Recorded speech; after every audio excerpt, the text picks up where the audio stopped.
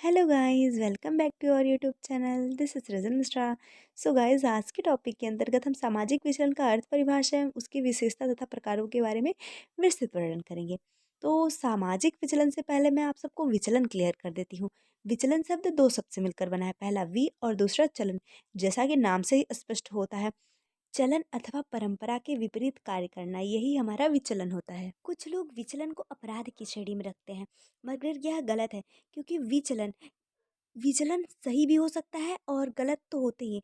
जैसे कि राजा राम मोहन राय ने सती प्रथा का विरोध किया, तो यह भी एक सामाजिक विचलन था, क्योंकि जो सती प्रथा थी वो एक सामाजिक चलन थी, सामाजिक प्रथा थी। मगर उसे हटाने के लिए उसके विपरीत कार्य किसने किया? राजा राम मोहन राय ने किया। तो वो सामाजिक विचलन के अंतर्गत आएगा। आई होप आप सभी को सामाजिक विचलन समझ में आया होगा। अब हम यहाँ पे सामाजिक विचलन के बारे में अच्छे से समझेंगे। जैसा कि नाम से ही प्रतीत होता है कि समाज में जिसका चलन रहा, उसके विपरीत व्यवहार करना ही सामाजिक विचलन रहता है। अर्थात समाज में जो परंपरा है, जिसका चलन है, जिसका रुतबा समाज में जो है, उसके विपरीत कार्य करना, उसके विपरीत व्यवहार करना या उसको न मानना, यही हमारा क्या होता है? सामाजिक विचलन होता है। समाज के चलन के विपरीत व्यवहार करना ही सामाजिक विचलन होता है। समाज में रीति रिवाज, नियम, मानदंड की एक निश्चित व्यवस्था होती है। समाज के अधिकांश सदस्यों द्वारा इनका पालन करना, अनुरूपता तथा इन मानदंडों का उल्लंघन करना सामाजिक विचलन करता है। जो लोग इनका पालन करते हैं उसको सामाजिक अनुरूपता कहते हैं, और जो इनका उल्लंघन करते हैं, इनका विरोध करते हैं, उसे ही हम क्या कहते हैं? सामाजिक विचलन कहते हैं। ठीक है। इमाइल दुर्खीम ने इसे सर्वप्रथम विसंगति या एनोमी कहा। ठीक है। ये भी पूछा जाता है कि एनोमी या विसंगति किसने कहा, तो इमाइल दुर्खीम ने कहा। यह संभव नहीं है कि हमेशा व्यक्ति अनुरूपतापूर्ण व्यवहार करे। कभी कभी जानबूझकर या परिस्थितिवश इसके विपरीत व्यवहार करना पड़ता है। जैसा मैंने आपको राजा राम मोहन राय का सती प्रथा का विरोध पहले ही उदाहरण दिया। ठीक है। ऐसे बहुत सारे हैं जो सामाजिक चलन क्या थे, जो रूढ़िवाद थे, जो कि समाज के लिए अहितकारी थे, तो उनका विरोध करना भी सामाजिक विचलन के अंतर्गत आएगा। हम कुछ डेफिनेशन देख लेते हैं, जिसमें रॉबर्ट बेल के अनुसार समाज में औसत व्यवहार से बहुत अधिक भिन्नता प्रकट करना ही सामाजिक विचलन है।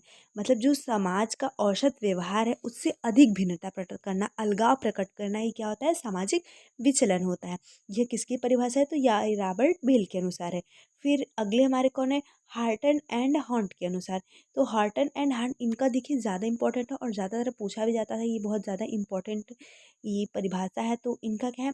सामाजिक मापदंडों के अनुरूप व्यवहार न कर पाना ही सामाजिक विचलन है।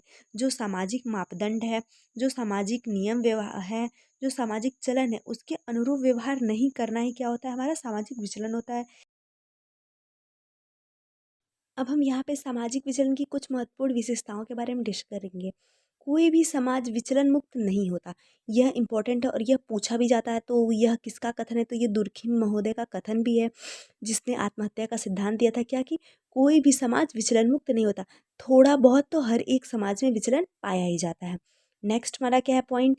विचलन समाज सापेक्ष होता है। ठीक है। यह सापेक्ष होता है, व्यक्ति सापेक्ष नहीं होता, ये पूरे समाज के लिए होता है। तीसरा क्या है? विचलन समय सापेक्ष होता है। यह समय के अनुरूप, जैसे समय रहेगा, जैसी परिस्थिति रहेगी, उसके अनुरूप होता है।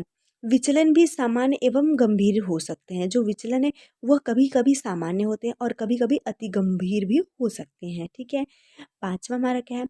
समाज अनेक माध्यमों से विचलन को रोकने के लिए निरंतर प्रयासरत रहते हैं। मतलब बहुत सारे माध्यम हैं, कुछ नियम कानून बना देते हैं, कुछ उस पे रोक लगाने के लिए कोई प्रतिबंध लगा देते हैं, मगर इन सब के होते हुए भी सामाजिक विचलन पैदा होते ही हैं। छठवां हमारा है, विचलन समाज के लिए हानिकारक समझा जाता है। सबको ऐसा लगता है कि जो विचलन है उससे समाज पे क्या होगा? प्रभाव पड़ेगा, वो समाज के लिए हानिकारक है। बट ऐसा नहीं होता है।